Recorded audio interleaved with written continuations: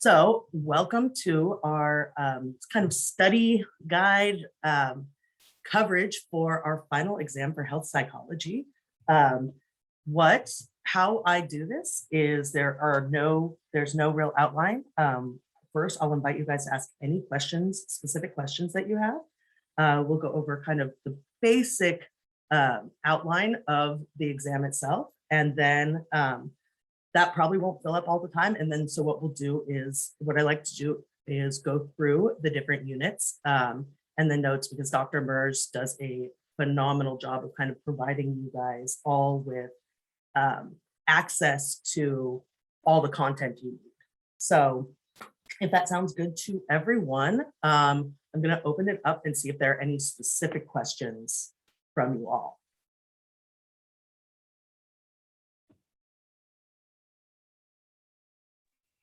Professor, I'm sorry, I have a question. Is this, you said this is for the final exam, so not for our upcoming test? Well, we can do both of them. So let's see, when is, oh, you guys can't see any of that. Hold on, let me pull up the syllabus. Let's see. Well, I mean, would you prefer to do exam 3 or the final? I was going to do the final, but I'm happy to do the third exam and then do another one for the final, which is probably a better plan, actually. Okay. Does that sound good? Thank you for bringing that up. That sounds good to me. Thank you. Everybody else, you guys are good? We'll do exam 3, which is a droppable exam. Yes. All right. Thanks, Marilyn. Yay, Melinda. Perfect. All right, you guys. So what we're going to do then is same thing. Do you guys have any specific questions about the content from Unit 3?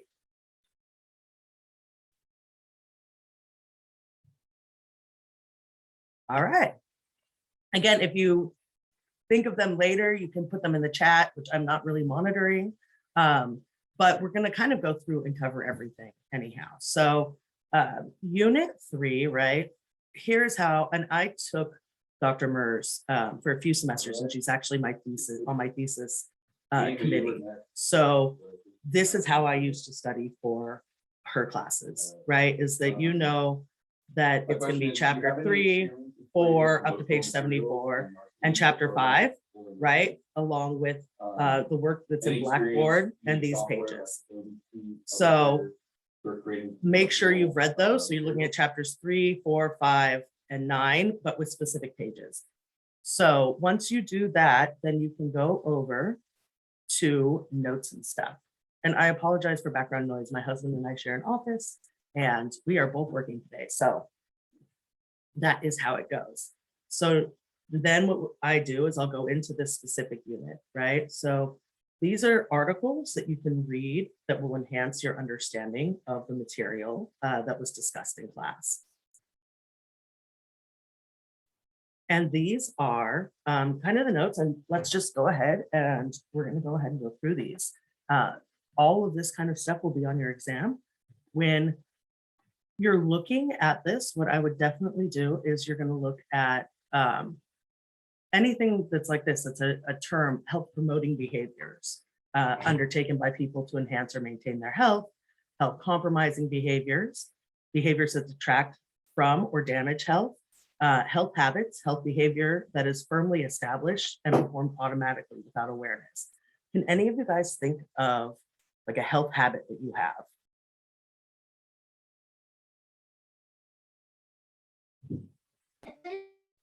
Exercising. Yeah, diet. Eating healthy. Right. What our diet is like pretty deeply ingrained in a lot of us, right? I wake up and I stretch every morning. I don't even think about it, right? It's just something that I do. One, because I'm older than you guys and I have to keep moving. So those types of things. Can you think of, I think that was a great example too of a health promoting behavior, right? Exercise. Oh, Melinda, drinking coffee, right? I always carry one of those huge bottles of water, like the aluminum ones, refillable ones. Great. yes, trying to avoid food that make me feel bloated. I just learned that I'm allergic to avocado in the saddest thing ever. And avoiding avocado now is a health promoting behavior. So, which is so sad. And then you're going to look at these like primary preventions, taking measures to combat risk factors for illness before it develops, right? So we've gone through a lot of like primary and secondary prevention. So I want to think you guys to think of kind of a primary prevention, maybe something that you could do at Dominguez Hills. Can you think of like what do all or something that a lot of college students do? Primary prevention. So that would be like taking the stairs. Mm-hmm. Or it would be like primary prevention. So let's say you are trying to address depression in college students, right? But you want to address it before it happens. So a primary prevention stops things. So yeah, taking the stairs would be something that you could do to, but I think that's more of like a health promoting behavior. A prevention is something you're like actively doing to combat risk factors.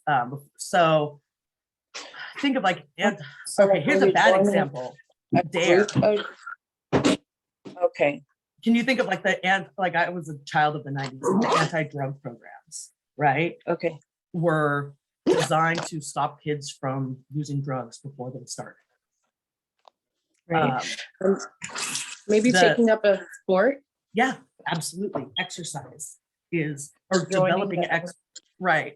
So you're finding problematic behaviors and altering them. So we won't go through the study because again, we only have 45 minutes. So what I would do is you're going to read through these, right? She has outlined for you almost like these are very important topics. And since they're at the beginning of this, I would pay a lot of attention to it, right? So health promotion, like we've been talking. So, and then remember we talked about kind of the ecological systems theory, the idea that we're not just an individual, but our environments impact us and our communities, right? So health promotion can involve an entire community, not just an individual, right? So it's not necessary. I mean, it does include, me going out and exercising, but it could also be opening a park in a community so that kids have a place to be outside, right? So you have to think of it not just at the individual level, but at larger levels as well. Does that make sense? Yes. All right. Thank you for all of you speaking up. So I'm not just talking into the void. I appreciate you all. So psychosocial characteristics and health behaviors, right? So these socioeconomic status, people who have grown up in poverty have much poorer physical health outcomes than people who didn't, right? And you have no impact on how you were raised, right? Or how much money you were raised with. Yes, Melinda, I see your hand up. So I'm sorry, going back to the first examples of health promotion and health prevention, how will we know how to distinguish them on the test? Because I feel like a lot of these examples overlap between the two. You're looking at a primary prevention. So that's a great question, right? As psychologists, when you look at prevention, it's a very specific thing. Prevention and intervention are programs, right? They're evidence-based practices, or they're designed, someone has done research into it, right? So like I was saying, DARE, which is a bad example, right? But it was designed by other people and then implemented into schools. Whereas a health behavior is a little looser, right? It's choosing to take the stairs because you're doing it, right? But it's not like your community organized a stair running group to help everybody not get bad knees later. Does that make sense? Yeah. So yeah, like prevention would be like we organize something as psychologists because we have the education and the knowledge, and we believe that this would prevent this negative outcome, right? And so, but a health promoting behavior is something that doesn't have to be, it doesn't have to have been researched or anything. Like it's just, I'm going to go walk up the hill, right? Or I'm going to start eating more vegetables, or things that you know will help you, right? And the idea with those, the health promoting behaviors, is that they can then become the healthy habit or the health habit, right? So That's a can we behavior. say- Oh, I'm Go sorry. ahead. No, go ahead. I was gonna say, so can we say that the preventative one is on a larger scale? Right, absolutely. So, and it, And right, more and then targets a larger population as well. correct. That's a great example of it. Perfect. Yeah, you guys have got it. So, and we'll go through here. So, health promotion. Oh, it's kicking me out of something. So again, there are psychosocial characteristics to this, socioeconomic status, right? There's a great video in that takes place in Louisville, Kentucky, where people in one side of the city to another have like longevity of 15 years difference between the poor and the wealthy side of town. And they live in the same town. So health locus of control, and we'll get into that, social network influences, culture, right? If, you know, if you're around people who have better health behaviors, then, you know, that they're modeling those for you. And so we're gonna go into health locus of control, right? So how much do you believe that your health is in your own control? Right, if I take care of myself, I can avoid illness. Good health is largely a matter of good fortune. No matter what I do, if I'm going to get sick, I will, right? So these are alternating views. So if I take care of myself, I can avoid illness. So can you guys think of, or do you remember studying like internal and external locus of control? Yes. Right, so like health locus of control is, you know, how much you believe you can control your own health, right? So these are kind of varying degrees. No matter what I do, if I'm going to get sick, I will. You know, that's an external health locus of control. Or good health is largely a matter of good fortune, external. I can't do anything. Or if I, on the opposite end, if I take care of myself, I can avoid illness, right? That you can contribute to those things. And so here is what, and we can spend a lot of time doing this, but you guys are going to have to do it on your own because we have 40 minutes. I'm going to go through this, but all of these theoretical models are going to be very important, right? So Dr. Merz has split these into 4 different types of models. So you have attitudinal models, right? Which works on changing kind of your attitude. And that helps to change your behavior. And so we'll go through each of these. Learning models, you know, classical and operant conditioning. And those are back to our behaviorism, you know, the roots of behaviorism. Ecological model of health behavior, which is the one I just described to you and is my favorite. And then the trans-theoretical model of health behavior change. So these, unlike psychology or other fields of psychology, health psychology really is built on understanding these like theoretical models of health. And we've been going through them all semester. So the first one is the health belief model. Health behavior practices are based on whether a person perceives a health threat and then believes that a health practice will reduce that threat. So let's think of an example. Okay, so I have a wonky ankle, which I perceive as a health threat. And so what I am doing, or because it's getting worse, right? So what I am doing is I'm going to see a physical therapist and a doctor, right? So my belief, my health behavior, I'm basing my reaction and my health behavior because I perceive that threat. right? I believe the health belief model is I believe that my health will be negatively impacted if I don't make a health practice change to address my wonky ankle. Does that make sense? Yeah. All right.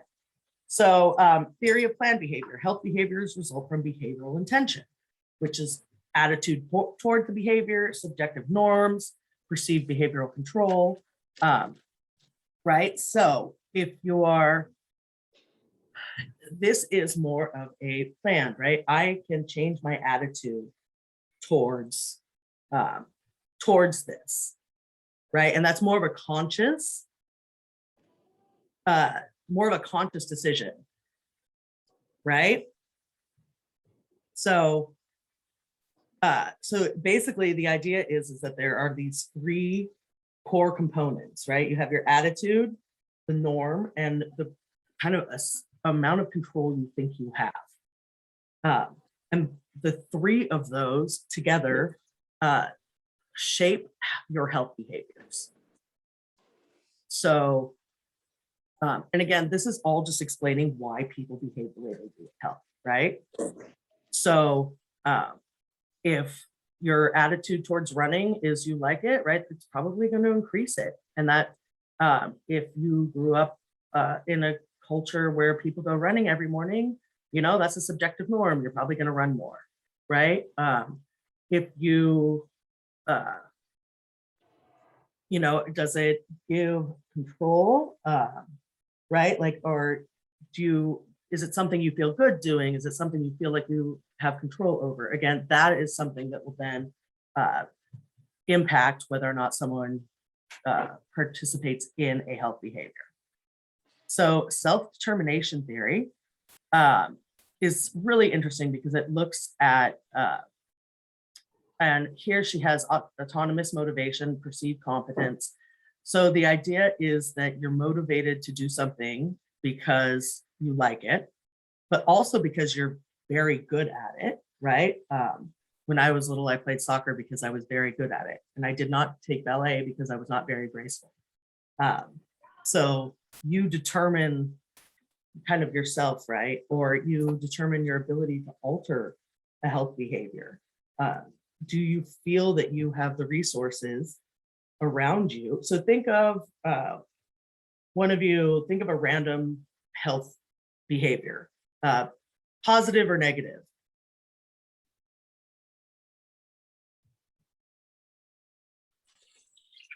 Okay. I always go back to diet. I don't know, but eating healthy. Okay, so perfect, eating healthy, right? So let's break that down. You're autonomously motivated by your own free choice. No one is forcing you, right? Carolina, yes, really exercise. No one is forcing you to eat healthy, right? You're doing it of your own free will and choice. When you feel forced to do something, you like to do it a lot less, right? Or at least I do. And then when someone tells me I can't do something, I suddenly want to do it much, much more. So, so much more. They're like, you shouldn't do that. I'm like, watch me, hold my beer. So the problem with self-determination theory is that it doesn't take into account environment, which is pretty important. So all three of these models believe that your attitude about health plays an important role, right? So these are the attitudinal models. And so we'll go through, so major criticisms emphasizes conscious process, right? All of these discuss how you have to make a conscious decision about your health, right? And if you're not, then, so think of people who may not know that a behavior isn't healthy. Oh, this is another horrible example. I'm filled with them today. I don't know if you guys have ever watched the show 1,000-Pound Sisters. No. On TLC. Anyhow, they were told growing up that diet soda canceled out sugar that they'd eaten previously, right? So like, obviously that's an extreme example. And again, I'm just full of bad examples today. I'm sure there are good examples out of there, out there, right? But if they don't know better, right, then they can't make a conscious change. And so that is part of it, right? That there's a conscious effort that's required. So those are the criticisms of these models. So the learning models, have been around forever. Pavlov's dog, classical conditioning, health behaviors are reinforced based on stimuli that is paired with them. Sorry. Oh, you're good. You're good. All right. So there, Psych 101 reminder sheet, Pavlov dogs. But so health behaviors are reinforced based on the stimuli that is paired with them. Operant health behavior. I'm sorry, I had a question. Oh, go ahead. Sorry. I'm so sorry. No, you're Okay, good. so My kids are running around all over my house. okay, that's happening right now as well. So I have a question when it comes to the sisters that you referred to, and not knowing to make a conscious decision. But I'm wondering if their conscious decision to do diet soda to counteract sugar, wouldn't that count or no? Yeah, I mean, yes, I guess so. But then we're talking about like just misinformation too. Okay. Right. So like, yeah, I get, you know what? That's a good point. You are on point today.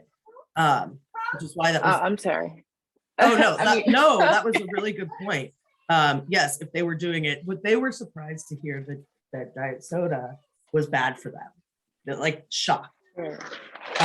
And so I get, yeah, it probably feels both of them, like not knowing, they had no idea that diet soda, increased insulin levels, even though it wasn't caloric. And so if you, back in the 90s when they like told everybody that fat was bad and they replaced it with like sugar and all the like chemical things and everyone just gained weight instead. That was, they had following health advice that was, horribly incorrect. And so that's a really interesting phenomenon. I think that happens kind of a lot in our society with what's healthy and what's not. And if you look at even now, like, do you eat carbs? Should I eat red meat? Don't eat red meat. Don't eat any meat. Oh no, I'm paleo. There are so many different, we hear so many different definitions of what health is. And so that's part of it too. And that's part of what health psychologists are doing, is looking at how all of those impact how we function biopsychosocially. So we'll go through. We have a half hour left, and we're only halfway. We're on page 4 of the first unit. So, or the first one of these. So I'm going to go through this a little quick. No, you guys are awesome. This is great. I love this stuff. So here we go. Ecological model of health behavior. Right. This is what I was talking about. Individuals at the center. But what happened? And this is Bronfenbrenner. 1979, right? I was raised in a rural white town, working class, right? So I was impacted by the people around me who, it was all very homogenous, but they were also poor. So the schools were poor, right? People dropped out of school, people started working class jobs immediately. No one went to college, right? So you're impacted. The individual then becomes impacted by their family and friends, their teacher, the school they go to, the neighborhood they live in, the community, what kind of services the community has, and then things like public policy. If you're in the US, right, we're looking at things like systemic racism, institutionalized racism, kind of power hierarchies that haven't been addressed. And that have stood for generations. And those, so the ecological model of health behavior looks at all of those. And so then you have the trans-theoretical model of health behavior, pre-contemplation, contemplation, preparation, action, and maintenance. We could spend all day going through all of these. And so, but what I want you to do, I'm going to blow this up because I can't see. Oh, wait. do better than that. Oh, anyhow. So the trans theoretical model of health behavior change is pre-contemplation, right? So smoking is one. We're talking, I have no plans to quit smoking. I don't think anything is wrong with this health behavior, right? Contemplation, oh, I need to quit smoking. I realize that this is a bad health behavior. Preparation, going to the doctor and saying, asking for help. Action, actively engaging in the kind of plan you've set into motion. And then maintenance is continuing with that plan, right? So that's the idea of how, so the idea that changing a health behavior is kind of this 5-step process from pre-contemplation to maintenance. So we're going to, all right, CBT, right? Cognitive behavioral therapy.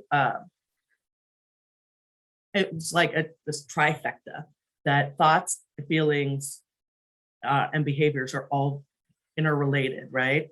So the idea for CBT is that you focus on when you look at the behavior, you focus on what has created that behavior, right? So like, all right, this isn't true. I don't like sweets, but let's say like when I feel really sad, I go ice cream, right? And that makes me feel better. So the behavior of eating ice cream creates thoughts of happiness and feelings of feeling better, but that's not healthy. Even though they're all interrelated, that's not a healthy way to deal with sadness, right? So if I'm feeling sadness instead of my behavior of eating ice cream, or thinking about eating ice cream, right? Because they're all of these things lead to one another.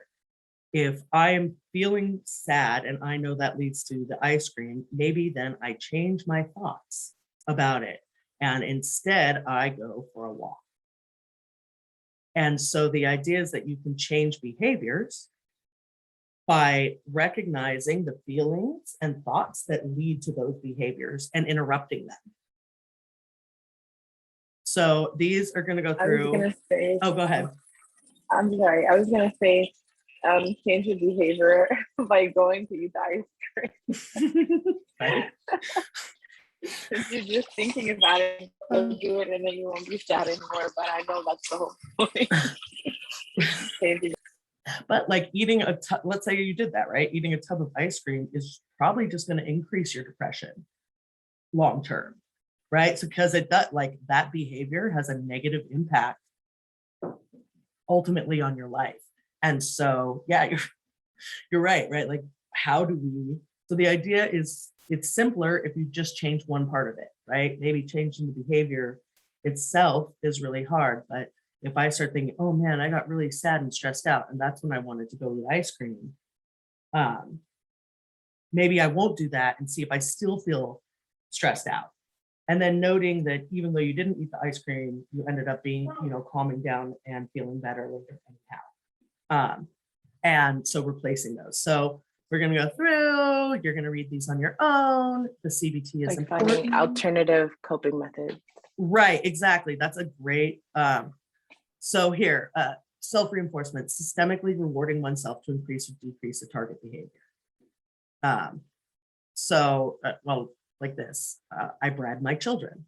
I call it rewards, or, but like those are, and then you pull it away as they get better at something and they don't need that reinforcement anymore. But that changes a bad behavior. So if my kids are not unloading the dishwasher, I don't yell at them. I create a star chart or something, right? That will, so that their thoughts about changing the dishes become associated with good feelings because they get a reward. So that's kind of the idea. Some kind of token system. Yeah. There's my another great example, right? So let's CBT. So you guys are going to go through this because you're going to want to understand CBT. But I want to get through everything else. And CBT is really widely known. So you guys can find a lot about it. So let's go through. We're in unit 3. Okay, so health compromising and promoting. We have 3 more sections to get through. So we'll get as far as we can get.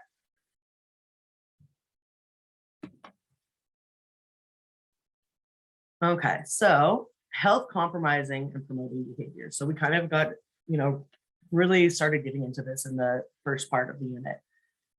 So here are risk factors for leading causes of death, right?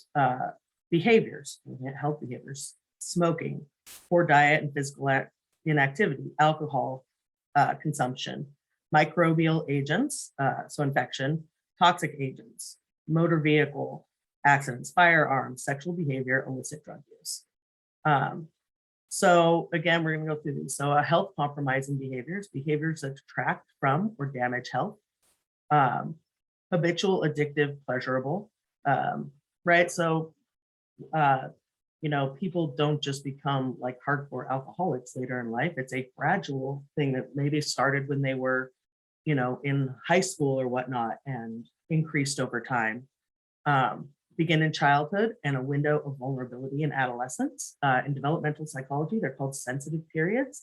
And when you are in one of those sensitive periods, the behaviors that you pick up and develop are much stronger, but you're also just much more vulnerable to making those decisions. Influenced by peer pressure, like I said, gradual development related to lower SES. So health promoting behavior. And if we look at this related to lower SES, it could be that a lot of these things, like we're talking about alcohol, smoking, sex, drugs, but like they're pleasurable, right? And when you have lower SES status and you're working all the time and things are hard, and so that might be an impetus then for participating in these health compromising behaviors. And that's when, again, we're looking at things like how much the community and society impacts our individual health. So health promoting behavior, behaviors that enhance or maintain health, brushing your teeth, exercise, wearing a seatbelt, sleeping 8 hours, healthy food, right? We've been talking about all of these. So obesity, huge problem. So an excessive accumulation of body fat, BMI, which is as a measurement, has issues, but is used. Epidemiology, all states have a significant percentage of their population who is obese, and it's $150 billion in costs, right? So hereditary factors or genetic risk factors, hereditary, stress, poor behaviors, which we've been talking, cultural factors, foods, ideal body image, and your environment. So you guys know, I'm not going to tell you how to be healthy by exercising. You guys know all of this.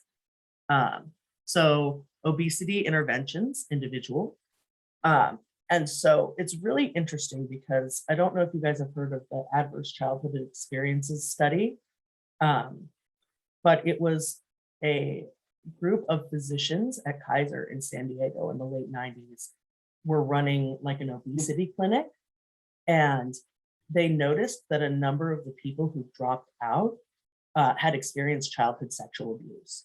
And so they realized, oh, maybe it's not just, oh, you're eating, you can't control your eating. There might be, it might be associated with trauma with these adverse experiences. And that study led to finding out that so there are 10 adverse childhood experiences. If you've had 6 of them occur, 6 of the 10, your life expectancy is 20 years less than a person who didn't have any of them occur. And so that is a lot of the obesity we see, again, just like eating is a pleasurable thing, just like alcohol, drugs, smoking. And so again, we're looking at how these behaviors are established, the thoughts and the feelings, back to the CBT. So a word, don't diet. Diets don't work, lifestyle changes. So here are some interventions. We're going to go through, again, like problem drinking, substance abuse, using a drug to the extent that it impairs the user's biological, biopsychosocial well-being. And so, again, we're talking about people are engaging in these behaviors because, for a variety of reasons, but they all negatively impact your health, and costs are extremely expensive. So you guys can kind of go through these and you'll see this is easy enough stuff. So any questions on health behaviors, specifically health compromising behaviors? Nope, we're good. All right. Thank you. Thanks, guys. All right, moving on. Let's go to. All right, we've got 2 more sections we'll get through. So we've got sleep. So, you guys, I never slept enough in my 20s. And when I turned 30, I sleep now and it is wonderful. And you guys just give yourself sleep. So I'm with you there. right, I like never this slept. whole I'm gonna kill myself. No, just sleep. Take care of yourselves. Yeah. Self-care is so important. So sleep it's cyclical, right? You have kind of the circadian rhythm that wakes you in the morning when the sun, as the sun rises, and then as the moon comes out, right, your body kicks up melatonin and you start to fall asleep. There are kind of 2 different types of sleep. You have the non-rapid eye movement and then rapid eye movement, REM. So we're going to go through and I'll explain these a little bit more. So what you have for the non-REM is, again, it is a 4-stage model. So stage 1, you're out there about 5%, and that's when you're falling asleep. 30 seconds to 7 minutes. I believe that's a lie because I feel like it takes me 4 hours. But they say 30 seconds to 7 minutes. Non-REM stage 2 is 50% true sleep. And this is how it's characterized if you're having your sleep monitored. So non-REM stages 3 and 4 are about 18% together. Slow wave sleep, delta waves, or your muscle relax, and the growth hormone is secreted. Again, sleep is important. And then you're going into REM, right, which is about 30% of your sleeping. Your eyes are closed, your eyes move in rapid flickering and twitching motion. Have you guys ever watched someone sleep creepily? Or you don't have to admit it. Yes. I have. All right. And you can see their eyes move, like legitimately move back and forth underneath their eyelids. Yeah. There's temporary, and you guys, it was my children, so it's not that creepy, not others. Yeah, I was gonna say it was my daughter. Yeah, so okay, and my husband sometimes. So temporary paralysis, dreaming, and they have these crazy waves when it's measured when you're being assessed.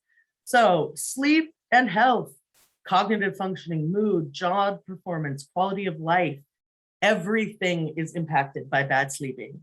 So here's what happens if you get poor sleeping. Ability to secrete and respond to insulin, right? So that's going to impact your body. Risk of coronary heart disease, which is the #1 killer. Increased blood pressure, dysregulated stress physiology, weight gain, and reduced efficacy of the flu vaccine, which is crazy. So now there are sleep disorders. You have dysomnias, which is a problems in the amount, timing, and quality of sleep. So that's going to be insomnia, sleep apnea, or narcolepsy. Do you guys have any experience with any of those? Yes. Yes. My husband has sleep apnea, and it's crazy. What about you? I have dysomnia. So insomnia. Yeah. It is, and I bet it really impacts your life negatively. It impacts how you function, the day that you've had the bad sleep, and, it's residual, the exhaustion. And so there are disorders with it. So, and then you have parasomnias, which are abnormal disturbances during sleep. Nightmares or night terrors. So then insomnia, like you were saying, characteristics: difficulty initiating sleep, early morning awakenings, frequent and prolonged nocturnal awakenings, light non-restorative sleep. My dad had really bad insomnia when I was growing up, and he was a musician. And so he would wake up at 3 a.m. and play music, but he'd forget to like plug in his headphones, and we're Polish, and it's like polka music, similar to like mariachi music. And it's like boom, boom, boom, boom, boom. Yeah, so insomnia can destroy your family as well. So insomnia does not equal sleep deprivation, right? Insomnia means that you have the opportunity to sleep. You're just not able to sleep, right? So being busy does not mean you have insomnia.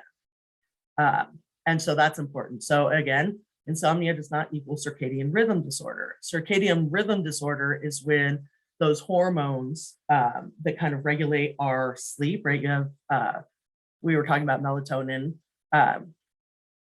That is kind of dealing with your circadian rhythm, not insomnia. So there is insomnia severity, epidemiology, or about 30% of the adult population. 10% is chronic and 25% is transitory or short term. And older females really have it, but females have a 2-to-1 ratio for it. So there are treatments, hypnotic medications, Ambien, then there's trazodone, which knocks people out, antihistamines, Benadryl, they use the same active ingredient in Benadryl in like Unisom, the overnight sleeping pills, melatonin, benzodiazepines, not recommended. Benzodiazepines are highly addictive and are one of 2 substances where the actual withdrawal can kill you. Oh, Marilyn, yeah, I do not sleep, and I'm just laying there with my eyes open or closed. I do the same thing, and then I look at my clock and I'm like, oh, I can function on 3 hours of sleep, 2 hours, 1 hour, as I get more and more anxious. So you guys can go through here. Sleep apnea. So my husband has sleep apnea, and it deeply impacted his health and ability to sleep. And so now he has got it. He has one of the breathing machines. And the quality of sleep for both of us is wildly different. And so his brother also has it, right? So you're here looking at kind of a genetic link. So there are different treatments. The didgeridoo, I did not know that. And I feel like I'm going to have to ask Dr. Mers about that. The CPAP, which is what my husband does. You have weight loss, body position, oral appliances, and then use of alcohol or hypnotics like the benzodiazepines. Adults need 8 hours of sleep a night. Children and adolescents need more. Just because you're getting older doesn't mean you need less. So here, and these are just principles of sleep hygiene and more information. All right, so with 11 minutes left, before I close, do you guys have any questions about the sleep section? No, you're on a move. Let's All do it. right, we got this. Good, because my other job is emailing me. Oh Always. man. It's okay, I love it. All right, so now we are at healthcare. So in this, the psychology and healthcare services, we're looking at focus on communication and patient non-adherence. So patient-provider communication. Do you ever avoid asking questions to a health professional? Leave your doctor's appointment feeling confused? Feel like your doctor isn't listening to your concerns? Want to feel more involved in decisions about your health? I do. I mean, yeah, I've definitely felt all of this. Yeah, I have it. Like Definitely. for sure. And I've had doctors say inappropriate things and Yeah. not help, right? And especially when I was younger and didn't feel like I had as much kind of confidence and authority now.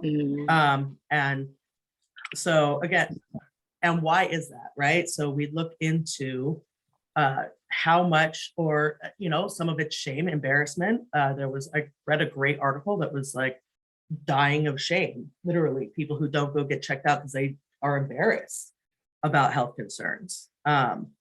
So talking to healthcare providers can be difficult and intimidating.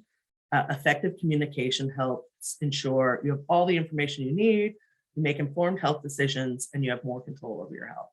So the nature of patient-provider communication. So again, the setting, it's short visits. There's a lot of medical jargon, paternalistic language, right? Where a lot of times people feel like doctors are talking down to you, right? They're in charge, they know everything. And so questioning, open versus closed, right? How do you feel is kind of an open question, or what are you feeling right now? But do you feel good or bad? Are you trying to encourage, is a provider trying to encourage the patient to speak out more? So again, depersonalization exists, nonverbal behavior, right? Eye contact, facial expression, gestures, tone of voice. I know when I've been waiting for 3 months for a doctor's appointment, like I get really annoyed. Yeah, definitely. When it's your job. Listen, my time's just as valuable, right? Like that depersonalization, right? So, but then there are ways that they can step it up by my kid's pediatrician, right? Remembers my name and we talk. Those are better things. A nonverbal behavior. Are you looking at someone, smiling, acting like you care about, this health issue? Positive regard, language fluency and interpreters. So this is another thing. What happens when you don't have access to the language you need, or you can't explain to your healthcare provider because the language they speak is not your first language, right? You have patient stereotypes. One of the most stunning examples of this is, and I hate giving you guys information, I'm not supporting it. So I'll see if I can find the citation and send it out too. But is that a ton of research has been done on the fact that Black women specifically are treated poorly by their doctors, kind of across the board, right? They're seen they're treated as possibly lying. Mortality rates in birth and things like that, because they don't believe that they don't believe when Black women say that they're in pain. Right, exactly. And so, and health providers are taught about this, right? That is a problem. And there was a study, and the doctors were asked why they treated Black women differently. They're acknowledging that, right? Like the doctors are saying, yes, we have. And an overwhelming number of them responded that it was patient behavior. That's the reason they were treating them badly. They just reinforced that patient stereotype while admitting there was a stereotype, right? Like patient behavior, one is like, you're just saying that the Black women are behaving badly. That was essentially that their behavior was the reason they were treated poorly. And that's ridiculous, right? So like, I can see then why you wouldn't go to a doctor, right? Like, I'm not going to pay you and wait 3 months for you to make me feel bad and use outdated stereotypes. No, or another example. Yeah, go ahead. I'm sorry. There was another example that kind of reminds me of is there was one, and again, like you, I don't really like saying things and not having the evidence to support it, but there was a study where they said that doctors also, patients that appeared more attractive, like to doctors, also had better treatment. Here you go. Yeah. Oh, I Which is interesting. absolutely see that being true. And it'll be interesting. Maybe I'll see if I can pull something because I'm interested in that, right? Yes. Yeah. Yeah. That's yeah, exactly. So here's one, interpreters, right? Having trained interpreters available. Look at the difference in like an untrained interpreter vocabulary precision, like medical jargon is tough to Right. to like my brother moved to South America, to Santiago, Chile. He knew Spanish, but to get his master's degree. And he like, this was years ago.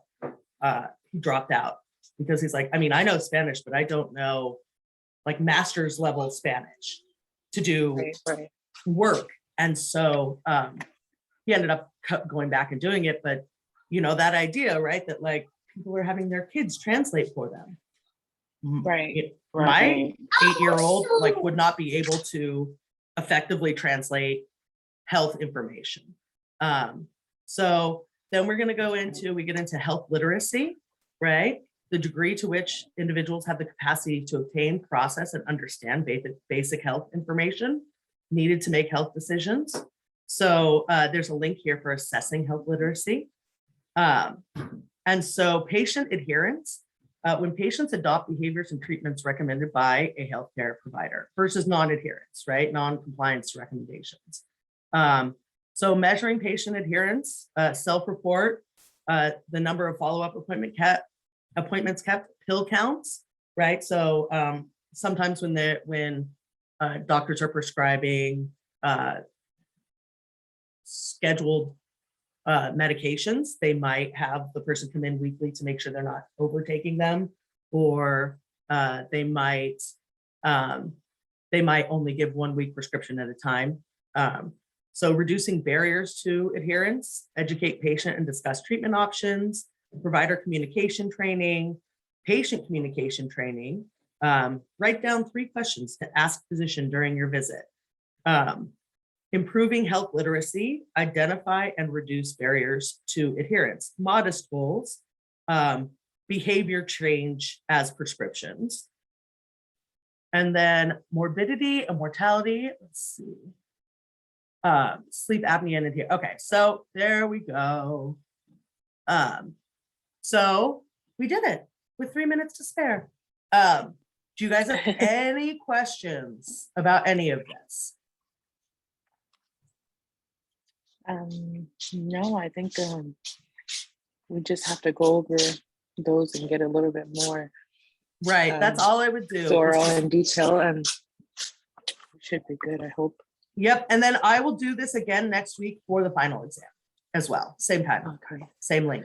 Thank you. For Monday, So- right? Yeah, Monday. So I appreciate you guys very much. I'm going to be